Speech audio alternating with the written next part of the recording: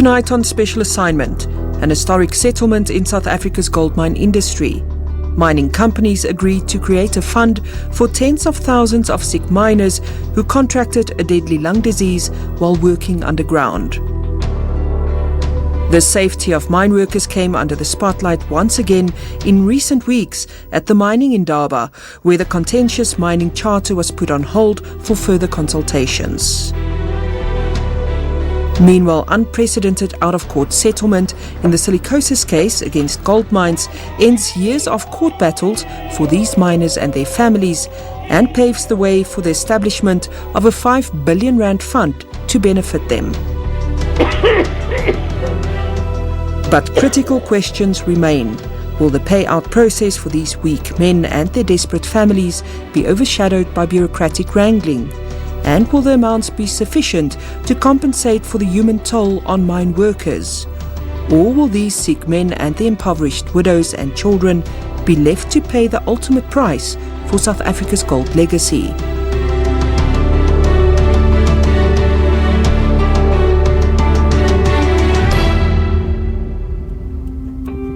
In 2017, Special Assignment travelled to a small rural village on the outskirts of King Williamstown in the Eastern Cape. It is home to tens of thousands of men from so-called mine-sending communities who were drafted to work hundreds of kilometres away in the gold mines of the Free State and Johannesburg under the apartheid government's migrant labour system. We accompanied Patrick Odana from the human rights-based organisation Sonke Gender Justice in the hope to learn more about these former mine workers and their families.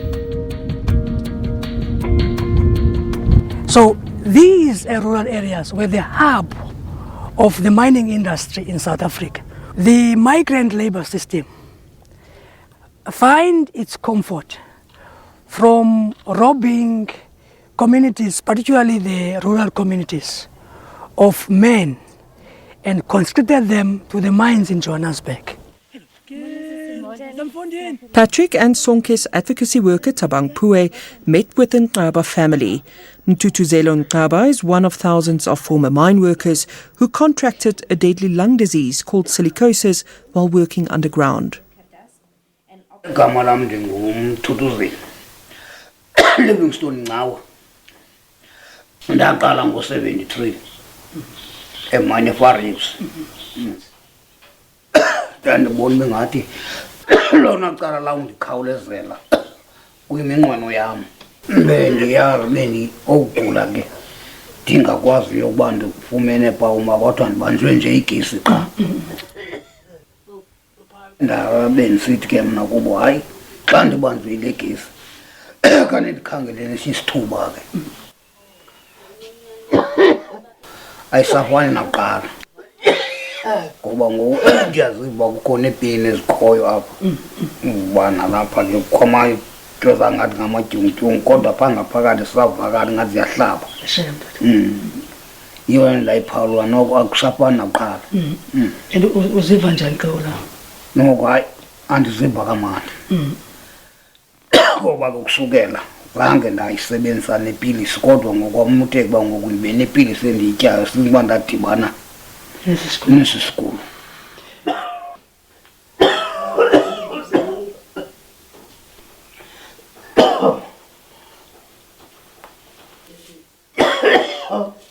Impilo yam nomtshato wam uhlukumezeke kakhulu since utata wabuye emigodini. Ekubeni ba utata umkaphe sengumuntu omtsha engabikwa hlaba. Ubuya kwakhe ngoku emigodini ulento nimbone yiyo anganawukwazi uzenzela nto. We also travelled to the Free State that forms the heart of the so-called gold fields, another major gold mining hub where huge deposits of gold were discovered in the early 1900s. By the 1970s, the mine companies in this area became a leading employer in the province. I hand down the judgment. In 2016, this landmark High Court ruling in Johannesburg was handed down. It certified South Africa's first class suit action, paving the way for sick former gold mine workers to essentially sue South Africa's whole gold mine industry for compensation as a group. The scope of affected mine workers is unprecedented. The mines have known about silicosis and the cause of silicosis since the 1800s. Our class is only from 1965 up to certification, but it means that during that time, the mines did not comply with industry standards for dust control. If you start thinking about all the miners that worked on gold mines from 1965 up to now, we're talking about thousands of miners. The affected miners are not just South African miners. The gold mining industry made use of the migrant working system. So we're talking about miners from Lesotho, from Malawi, from Mozambique. We really are talking about a lot of people. This is a grand scale. But the major gold mine companies appealed this ruling in the Supreme Court of Appeal in Bloemfontein. While time was running out for scores of sick miners, fears mounted that the legal wrangling could draw the case out for years. Meanwhile, parallel to the court case, negotiations between the mining companies and lawyers representing mine workers continued behind closed doors. Sick miners pinned all their hopes on a speedy resolution.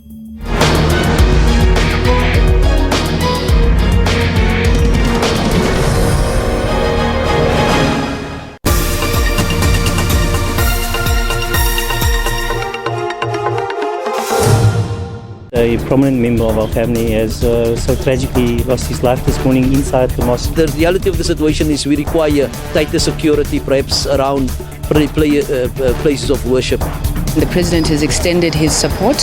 He's also asked that we keep the Modise family in our thoughts and prayers during this time. When the President pronounced on free education, that was a clear vindication of those students. The generation was vindicated who had achieved free education. So now why must we still attend courts? There will have to be some discussion with the government and with the police and with the justice system.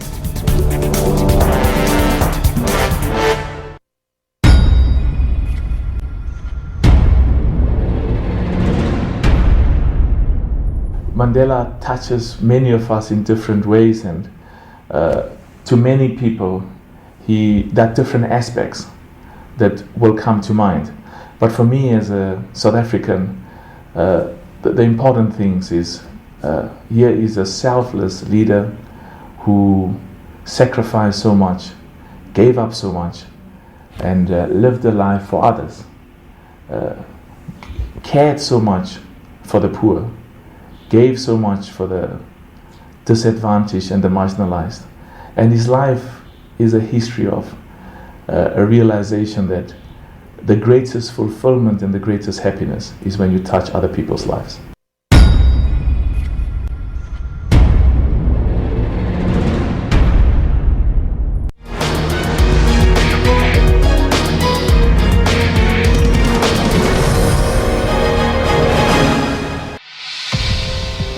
Georgina Jepson works for Richards Poor Attorneys.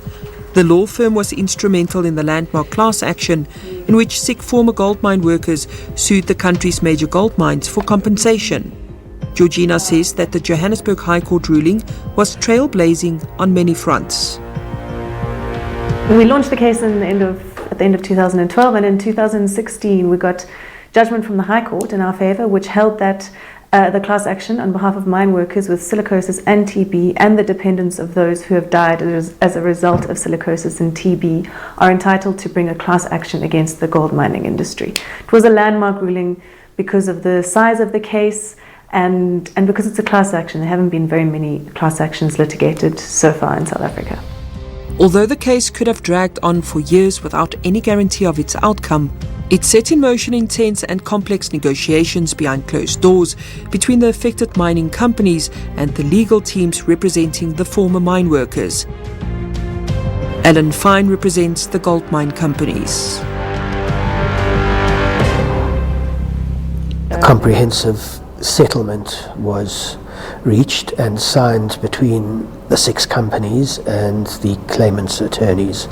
That, of course, meant that there was no longer any need to proceed with the litigation, which at that stage had reached the point that a hearing was scheduled at the Supreme Court of Appeal, in fact in March.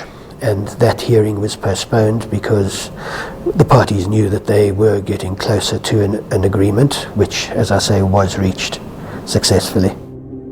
Many former mine workers from the 70s through to the late 90s, who formed the bulk of the migrant labour force in gold mining regions like Johannesburg and the Free State, have since returned home to these rural areas in the Eastern Cape. Some of them returned home sick from the deadly disease they contracted underground in the mines. So the High Court Gauteng, Judge Mojalefe. When we accompanied Sonke gender justice activist Patrick Ordana, he met with some of these former mine workers. At the time, none had heard of the groundbreaking silicosis case hundreds of kilometers away in Johannesburg, or the significant negotiations underway between mining companies and mine workers' legal teams. Patrick says most of the sick mine workers came home empty-handed and their families had to take care of them. When these men are finally finished by the mines, sent back home, they are sent back home to wait for their death. And who's going to take care of them? Are women and girls. Here, many of the families lived separated from their husbands and fathers for decades. They depended heavily on the men to send money back home from the minefields. Some burdened with the care of a sick husband, others already widowed by a devastating and incurable lung disease. Igama lam ndinobekile Duba. Umyeni wam Maliki Duba. Yena ubesebenza inumber 8 Far Reefs eOkmi. Uqale ngo1976. Uqala kwakhe ukugula uqale ngo1987. Waqala wabanesithi uye waphuma emgodini ebanjwe sisifuba. Ndafikelwa ifoni esithi hey andikwazi uphuma apha eBhafini. Ngoku mandikhe ndinyuke ke ndiye ndiyomkroba. Xa ndifika phaya ndiyafika funeke ndimvasa akakwazi uphuma eBhafini. The couple had to return here to their village in the Eastern Cape. They sold their livestock and spent their last money on doctors' consultations. Nesisifuba singanyangekiyo qha ndike ngoku imiphunga le yakhe itwinekile akusenowuthini. Masihambe siye ulinde ekhayeni ilanga lakhe lokufa. Kwakubi ke ngoku. Saphuma singayazi ba ngoku saphinda sajika sabuza kulo gqirha basithini wathi lo gqirha yanakwenza ngakumbi andakuzukwenza neleta andizukwenza nantoni for ba aye esibhedlele ngoba akho nto ndizawuyenza mna. In many African cultures, the women and young girls are vested with the obligation of caring for those who are sick in the family. Often they have to leave school, they have to leave employment opportunities, and so even in the mining context, when mine workers come back from working in the mines, women and young girls are disproportionately affected, and this information we felt was important to put before the court. Last year, Special Assignment also travelled to the Free State to visit a mining community in Meloding on the outskirts of Virginia.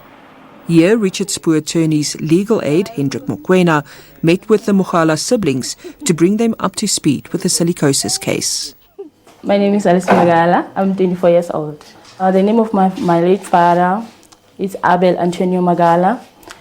He was part of the Harmony gold mines during the years of 1958 till 1997. He passed away on 2014 on 5 November. I never knew him as a healthy father, like any fathers that work on the street. We knew he got sick at the mines because his cough, there were no doctors or any hospital that could heal him. He would go at the hospital day and night. He would spend nights at hospitals. He would spend days wanting to go to the doctor, cough all night. My mom will cry for him, because we will see that this person is dying, but we will be helpless. Alice and her younger sister both had promising futures after getting good marks in matric, but the sisters never managed to finish their tertiary studies and are both now unemployed. I was at Welcome College doing business management because I wanted to open one of my business one day. That was my dream, to be someone. but then it all vanished. Karina Duplessis from the Legal Resources Centre says given the fact that so many sick mine workers had already died, the issue of transmissibility of damages to the families of deceased mine workers formed a crucial part of the silicosis case. In South African law, there's this moment during the process of suing someone which is called litis contestatio. If you die after litis contestatio, then you get your full amount of damages, including pain and suffering. If you die before litis contestatio, then you don't get the pain and suffering. You just get the specific damages. In other words, the loss of income, the loss of future earnings, the medical expenses. In respect of the silicosis class action, what that means is, if you're a member of the class and you die before litis contestatio, then your dependents will get less money than the miners who die after litis contestatio. And we're saying that is fundamentally offensive and against their rights to get damages from the mines. Alan Fine, who represents the gold mines, says the dependents of sick miners formed part of the negotiated settlement. Very much so, and the agreement does indeed provide for dependents of former mine workers who are now deceased to themselves receive benefits in terms of the settlement.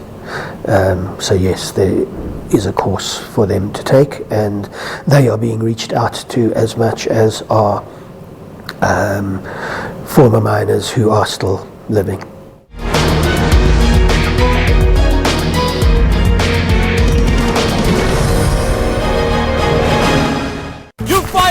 Unfair dismissal, car accident, court appearance. Let Clientele Legal tackle your legal problems. Whether it is a car accident, unfair dismissal, uncontested divorce, unfair blacklisting, or a wrongful arrest, we have tough professional lawyers standing by to assist you.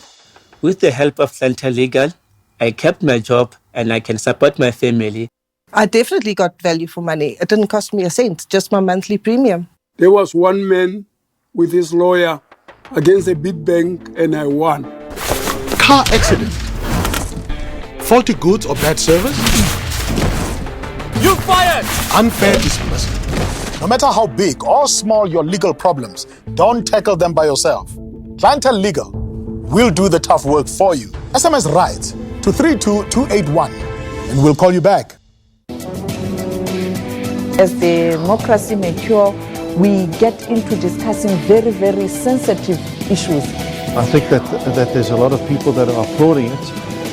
I'm sure it's going to be appealed. It is the beginning of a long journey of South Africa fighting racism. That sticky label of being a white party, so to speak, doesn't seem to want to go away. So the competition actually helps and it brings out winning in total.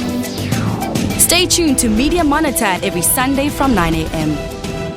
Hey, amakazi asibulele since kusucceeded as Fatimbawula like yabanda le goal and then sesiye decide ukuthi sivele sibase umlilo khona sokhona nokufudumala kusebenzeki na kahle. Police killers are not coming from the sky. They are actually coming from the communities where we are.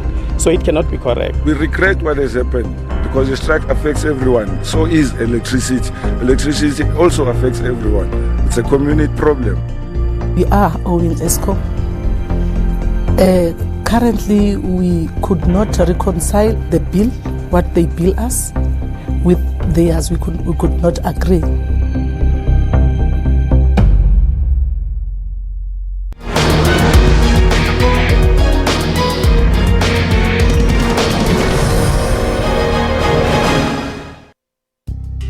The landmark class action certificate issued by the Johannesburg High Court in 2016 was an historic ruling not only for silicosis patients battling with this deadly lung disease.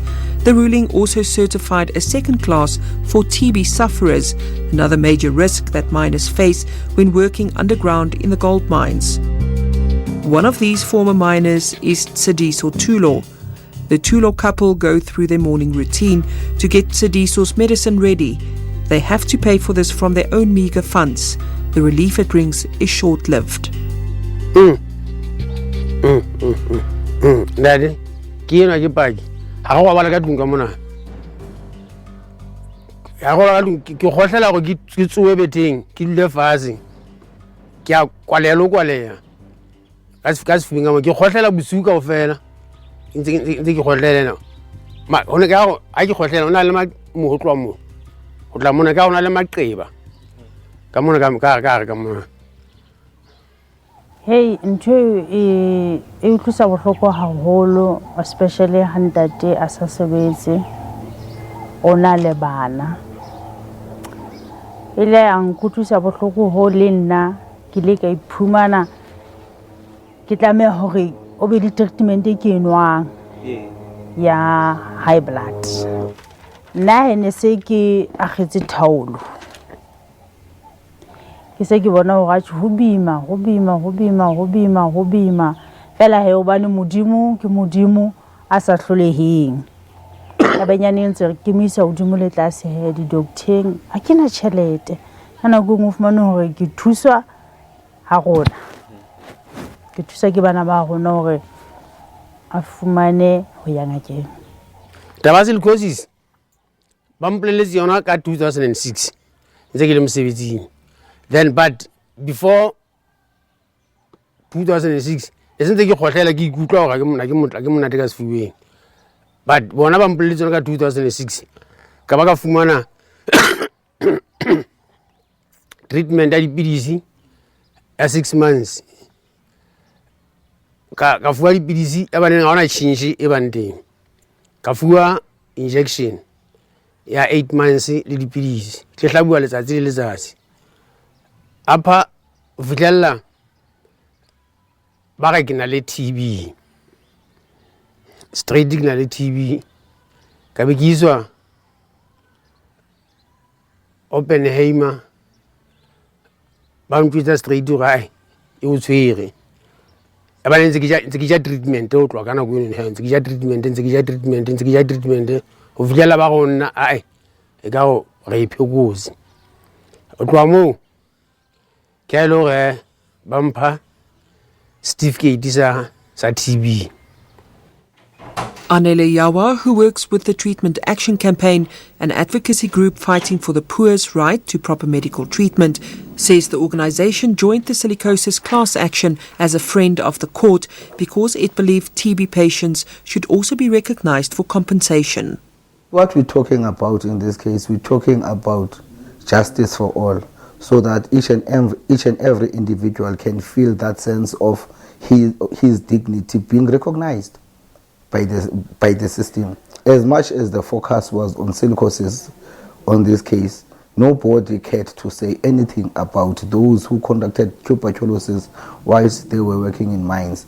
It is against that background that we as TAC, we felt that it is very much important for us to apply for this case to be admitted as friends of the court, so that we can be able to expose some of the neglect that are being caused by these mining companies not to adhere to occupational health and safety standards. There's benefits payable to mine workers with silicosis and tuberculosis, as well as the dependents of mine workers who have died as a result of silicosis and tuberculosis.